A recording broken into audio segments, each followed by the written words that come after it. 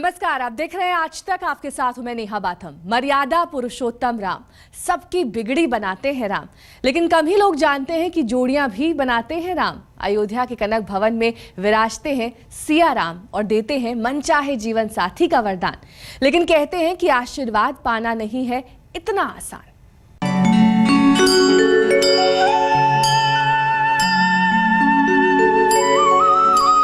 जाकी रही भावना जैसी, प्रभु मूरत देखी तिन तैसी। मंगल भवन अमंगल हारी। श्री राम की अयोध्या जी और अयोध्या जी की ये पवित्र सरिता सरयू, जिसने त्रेता में सियाराम के चरण पखारे तो द्वापर के बनते बदलते दृश्य देखे।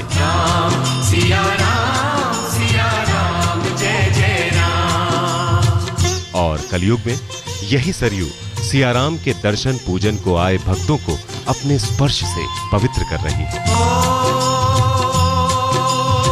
इसने प्रभु में प्रभु देख लिए और प्रभु के भक्तों में समर्पण। तभी तो कहते हैं, जाकी रही भावना जैसी, प्रभु मूरत देखी तिन तैसी।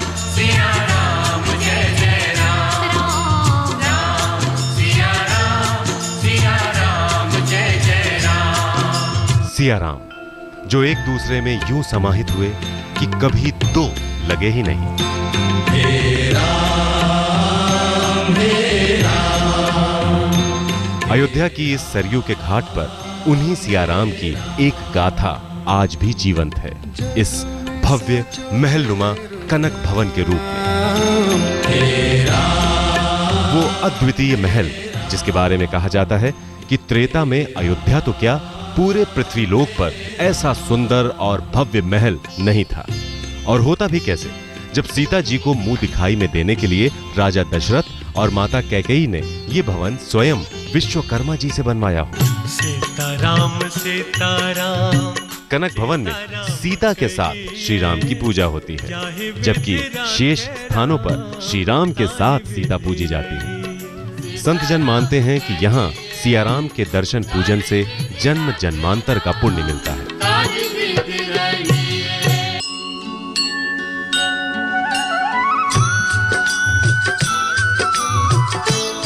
कहते हैं सीता संग श्री राम कनक भवन में ही रहते थे, इसलिए यहाँ विराजे सियाराम को युगल सरकार के नाम से जाना जाता है। वैसे सीता जी को यहाँ कनक विहारिणी और श्री राम को कनक विहारी भी कहते हैं।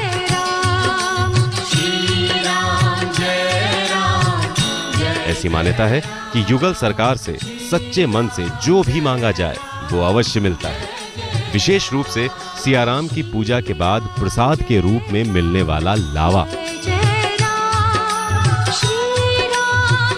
कहते हैं कि श्री राम विवाह के अवसर पर चढ़ने वाला लावा या सीता जी को दान किया जाने वाला सिंदूर प्रसाद रूप में जिस कुंवारी कन्या या कुंवारे युवक को मिल जाता है, 1 वर्ष के अंदर उसका विवाह हो जाता है।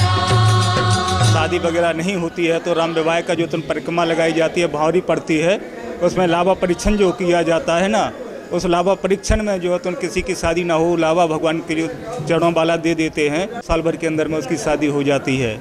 और किशोरी जी को जो सिंदूर दान किया जाता है, वो राम विवाह का सिंदूर दान अगर कोई लेकर के अपनी बच्चियों को लगा देता है तो उनके साल भर में बच्चियों की शादी संभवतः निश्चित हो जाती है। कनक भवन में सियाराम और हनुमान तीनों के दर्शन का सौभाग्य मिलता है।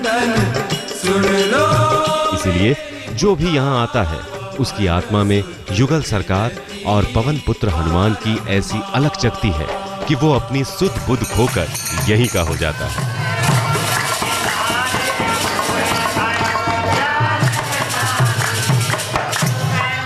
और कुछ भक्त तो रामधुन में ऐसे डूब जाते हैं कि उन्हें समय का पता ही नहीं चलता। सियाराम के इस भव्य दरबार में हर कोई हाथ जोड़े खड़ा रहता है और उनसे अपने मन की मुरादें मांगता है। कोई धन संपदा, कोई सुख शांति, तो कोई मन वांछित वर की कामना करता है। और ये युगल सरकार अपने कनक भवन में आने वाले हर भक्त की मनोकामनाएं पूरी करते हैं।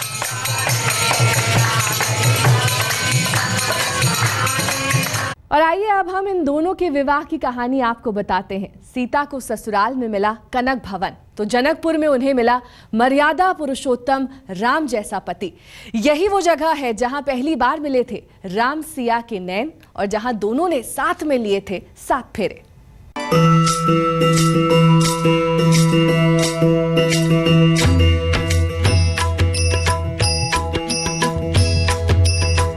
जहां विराजे हैं सिया राम, उस कनक भवन के शिखर को नमन करने का मोह सूर्य की ये रश्मियां भी त्याग नहीं पाती। फिर भोर होते होते भक्तों का ये सैलाब कैसे न उमड़ पड़े युगल सरकार की आराधना को, सिया राम के दर्शन पूजन को।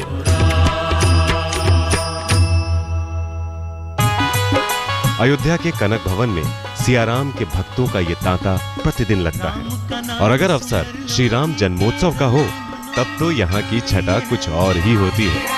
मिलके खुशी मना। कहते हैं रामनवमी पर पूरी अयोध्या किसी परम तीर्थ में बदल जाती है और सारे देवतागण श्री राम का जन्मोत्सव मनाने यहाँ आ जाते हैं। मान्यता तो ये भी है कि जन्मोत्सव के समय भगवान श्री राम स्वयं कनक भवन आते हैं और जैसे एक राजा नाना प्रकार से सुसज्जित वस्त्र और आभूषण धारण करता है, ठीक वैसे ही सजते संवरते हैं प्रभु श्री राम। इसीलिए कनक भवन में सियाराम के श्रृंगार और प्रतिदिन होने वाली चारों आरतियों का दर्शन देवलोक के दर्शनानंद से कम नहीं होता। प्रतिदिन होने वाली इन 4 आरतियों में सर्वाधिक महत्व भोर की श्रृंगार आरती का होता है, जिसे देखने का सुख यहाँ आया एक भी भक्त गंवाना नहीं चाहता।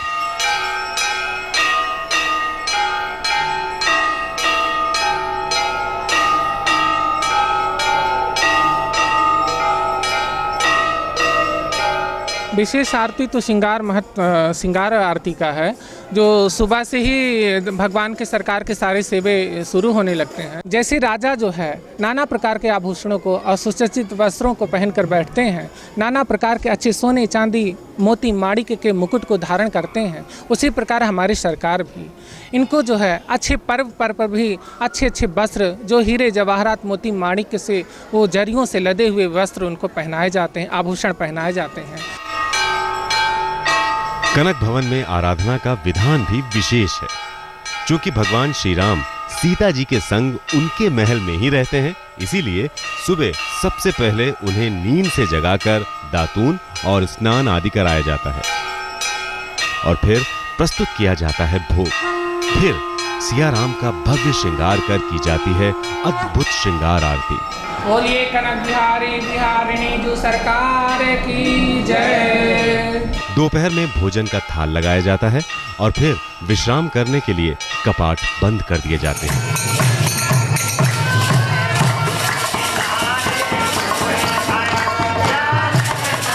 इस बीच भक्त मंदिर परिसर में ही सियाराम के पद चिन्हों की पूजा अर्चना करते हैं।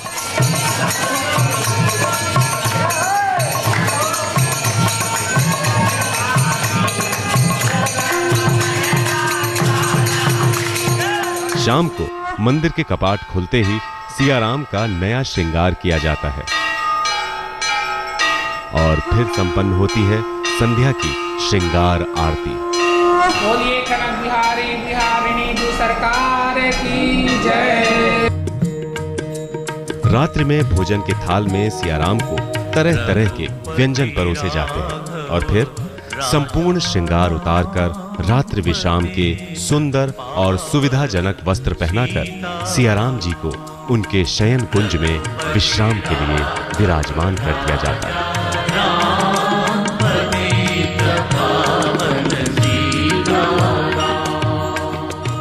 वक्त एक ब्रेक का हो चला है। ब्रेक के बाद भी हमारी खास पेशकश जारी रहेगी। जितनी ख्याति और प्रसिद्धि अयोध्या के राम मंदिर की है, उतना ही प्रसिद्ध है नासिक का काला राम मंदिर। क्यों हुआ ये मंदिर प्रसिद्ध और क्यों यहाँ पर उमड़ता है भक्तों का तांता, दिखाते हैं आपको।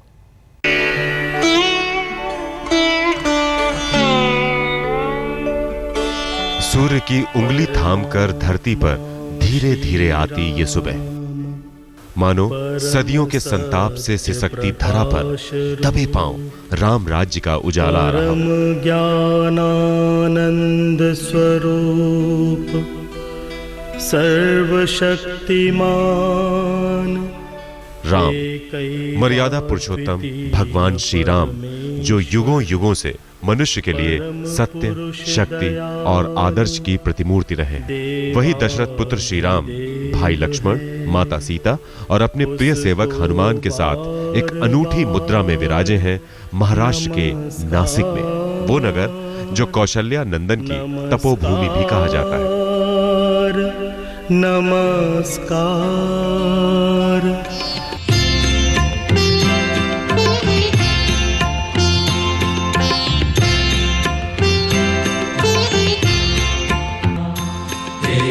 भारतीय शिल्प कला का दुर्लभ दर्पण नासिक का ये मराठा कालीन कालाराम मंदिर। सबका स्वामी। कहते हैं कि इस सुंदर मंदिर की विशेषता ये है कि इसके निर्माण में किसी भी प्रकार का रसायन प्रयोग में नहीं लाया गया और इसके निर्माण में लगने वाले एक एक पत्थर को दूध में उबाल कर लगाया गया।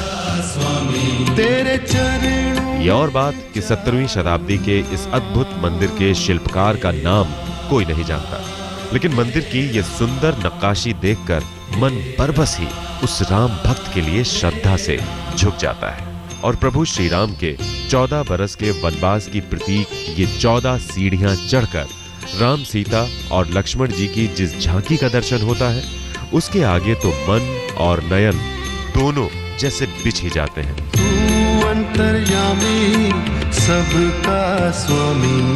तू अंतर्यामी। कहते हैं कि मंदिर का ये दुर्लभ श्याम वर्ण स्वयंभू विग्रह पास ही बह रही गोदावरी से प्रकट हुआ था। मूर्ति की जो विशेषता है, मूर्ति स्वयंभू मूर्ति है, किसी ने बनाई हुई नहीं है। ये राम तीर्थ जो आप देख रहे हैं, ये राम तीर्थ में भगवान जी की ये मूर्ति प्राप्त हुई है और ठाकुर जी का जो विग्रह है वो दाहिना हाथ छाती पे है और जो यहाँ पंचवटी में मेरे चरण के पास आएगा मैं उसकी रक्षा करूँगा, मैं अभय देता हूँ। इस तरह से यहाँ प्रभु रामचंद्र जी ने अभय सभी प्राणी मात्रों को दिया हुआ है। दुनिया चले न श्री राम के बिना, राम जी चले न हनुमान के बिना। जहाँ राम विराजे हो वहाँ हनुमान कैसे न हो। राम जी चले न हनुमान के बिना। राम के इस धाम में आने से पहले श्रद्धालुओं को राम भक्त हनुमान का दर्शन पूजन करना होता है। राम के इस अनूठे धाम में राम भक्त हनुमान की महिमा भी विशेष है। दुनिया चले न श्री राम के बिना, राम जी चले न हनुमान के बिना। महाद्वार से जब आप मंदिर में प्रवेश करते हैं तो सबसे पहले वहाँ हनुमान जी के दर्शन करने की परंपरा है और भारत में सबसे दुर्लभ हनुमान जी के दर्शन यहाँ नासिक में होते हैं क्योंकि यहाँ सिंदूर हनुमान जी को नहीं चढ़ता है। इस हनुमान मंदिर का ये मंडप भी 40 खंभों से सुशोभित है। कहते हैं इन 40 खंभों के सामने आने और स्पर्श करने मात्र से हनुमान चालीसा के पाठ का विधान पूर्ण हो जाता है। काला राम का ये अद्भुत धाम जहां सीता, लक्ष्मण और हनुमान के साथ विराजे भगवान श्री राम देते हैं चिंताओं से मुक्ति का आशीष और अभय का वरदान। तभी तो साल भर यहाँ राम भक्तों का तांता लगा रहता है। धर्म में आज के लिए बस इतना ही। देश और दुनिया की तमाम खबरों के लिए देखते रहिए आज तक।